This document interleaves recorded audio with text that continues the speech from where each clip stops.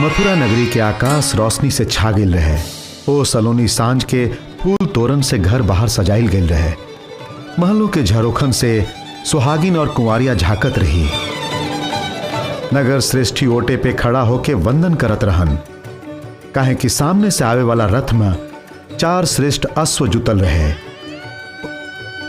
ओकर सारथी रहन मथुरा के युवराज कंस, और रथ पर उनकर नवविवाहित बहिन देवकी विराजमान रही।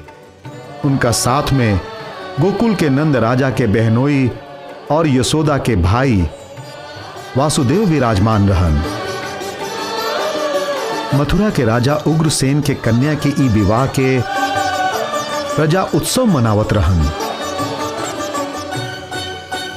आपन बहिन के विवाह के अवसर पर कंस भी आनंदित रहन।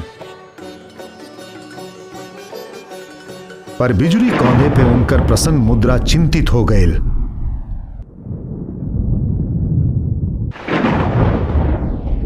ओ भयंकर आवाज के बाद एगो आकाशवाणी भइल।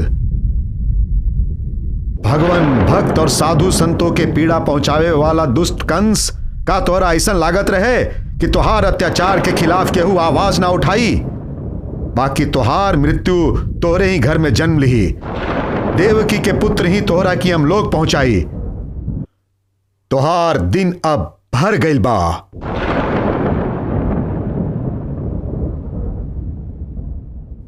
कंसी सुनलन, सब लोग सुन ले।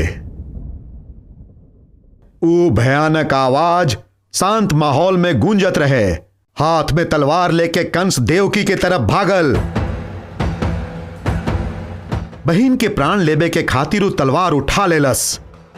तभी वासुदेव कहलन, रुक जा कंस, स्त्री हत्या महापाप है, तू ऐसन कुछ न करबा। कंस के तलवार नीचे आ गई। बाकी देवकी और वासुदेव के उग्रसेन के निजी कारावास में भेज दिहल गई। आपन लोग के बंदी बना के युवराज कंस अब मथुरा के महाराजा बन गई। ओकरा बाद प्रजा लोगन और साधु संत पर अत्याचार के झरी बरसे लागल। कंस और उनकर दैत्य प्रभु भक्ति करे वालन के हत्या करे लागल। ए तरह 1 साल बीत गई। देवकी कारागृह में अपन पहला पुत्र के जन्म देली। ई बात मालूम होते कंस तुरंत कारागृह पहुंच गई। ओकरा बाद निर्दयी मासूम बच्चा के हाथ में उठा लेलस और दीवार पर पटक के ओकर हत्या कर देलस। देवकी के रुदन उनकर कंठ में ही रह गई। वासुदेव और देवकी बिना आवाज निकलले आंसू बहावत रह गईलन।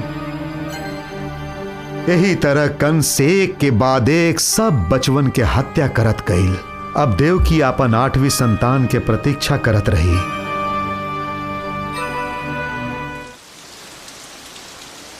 कृष्ण पक्ष के 8वीं के रात में बाहर मूसलाधार बारिश होत रहे।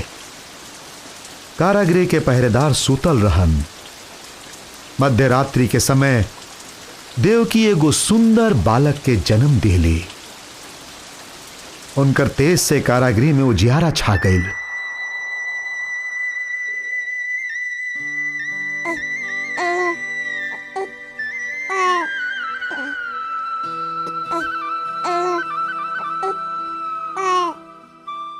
वो बच्चा के आंखियन में एगो अनोखा तेज चमकत रहे और होठ पर नटखट मुस्कान रहे।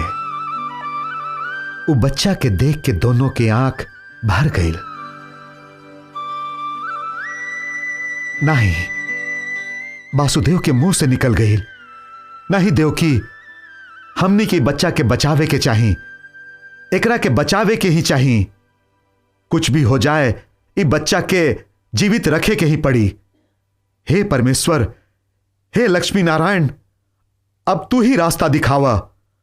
ऐसन कह के दोनों लोग विष्णु के याद कैलन और तभी खन आवाज भइल और उनकर हाथ के जंजीर टूट गई।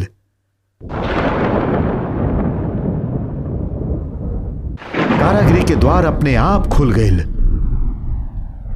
देवकी बालक की तरफ देख ली। और उनका के प्यार से अपना छाती से लगा ले ली। वासुदेव बालक के लेके नगर से बाहर निकल गईलन। उनका छुपे के एक ही रास्ता दिखाई देत रहे, गोकुल, यमुना के ओर पार आपन छोटा सा सुंदर गांव।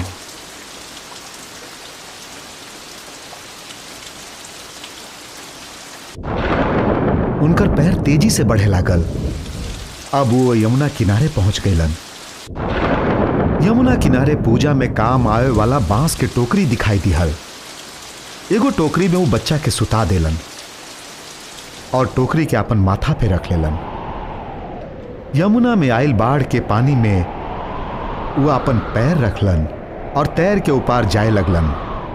आपन आराध्य देव के स्पर्श खातिर यमुना अधीर होवत रही। आहिस्ता आहिस्ता जल वासुदेव के सीना पार कर नाक तक पहुंच गए। आपन भक्त के मनोकामना समझते हुए बाल स्वरूप भगवान आपन दाहिना पैर पानी के लगौलन। चरण स्पर्श होते ही यमुना के जल स्तर कम होवे लागल। वासुदेव आगे बढ़त गईलन, पर बारिश रुके के कौनो आशा नजर ना आवत रहे। तभी दूर से एगो नाग उनका तरफ आवत दिखाई दिहल। वासुदेव घबरा गईलन और तेजी से चले लगलन। हम तो ये वर्षा से प्रभु श्री कृष्ण के रक्षा करे आइल बानी, जैसे कि रउआ सकुशल गोकुल पहुंच जाए। नाग कृष्ण के टोकरी पे फन के छाता रचलस और वासुदेव के पीछे पीछे गोकुल की तरफ चल देलस। किनारे पहुंचकर नाग गायब हो गए और वासुदेव यशोदा के घर के तरफ चल देलन। येने यशोदा भी अबहिए एगो कन्या के जन्म देले रहली। वो मात्र वात्सल्य से ओकरा के निहारत रही कि तबहिए वासुदेव घर के भीतर अइलन। वो चौंक गईली, साथ ही उनका आनंद भी भइल। वासुदेव उनका सब बात बतौलन। यशोदा के मन में देवकी खातिर अनुकंपा जाग गई और वो मन के मजबूत करके कहली, हे बंधु, हम तो एगो गरीब ग्रामीण नारी हैं, पर हमरा समझ में जतना आवता ओकरा से लागता कि राउर बेटा के आपन आंचल में ले ली। बाकी कंस के शक ना होए, यही खातिर आपन प्यारी बचिया के राउर हवाले करतानी। प्रभु एकर रक्षा करिहन।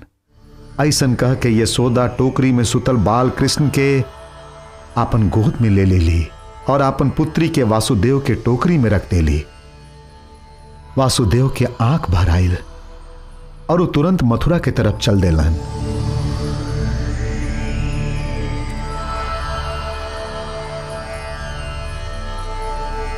जैसे ही वासुदेव कारागृह के भीतर पहुंचलन, दरवाजा अपने आप बंद हो गए।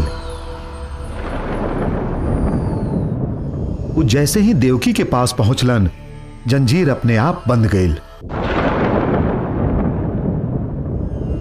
वो कन्या रोवे लागल। वो आवाज के कारण सब पहरेदार चौक के जाग गए। कंस भी वही जा आ गई। वो देवकी के हाथ से कन्या के छीन लेलस और जैसे ही दीवार पे पटके गई कि वो ओकरा हाथ से निकल के आकाश में उड़ गई और एक जोरदार आवाज के साथ बिजली के रूप में प्रकट भैली। खड़ खड़ हंसत तू कहली, हे दुष्ट कंस, तुहार नाश करे वाला तो गोकुल में पलता। यही श्राप वाणी के उच्चारण करत वो बिजली गायब हो गई और कंस माना होकर सर पर प्रहार भइल रहे, वही लेखा भयभीत हो गई और आकाश के तरफ देखे लागल। मूसलाधार बारिश के आवाज अब समुद्र लेखा गरजे लागल।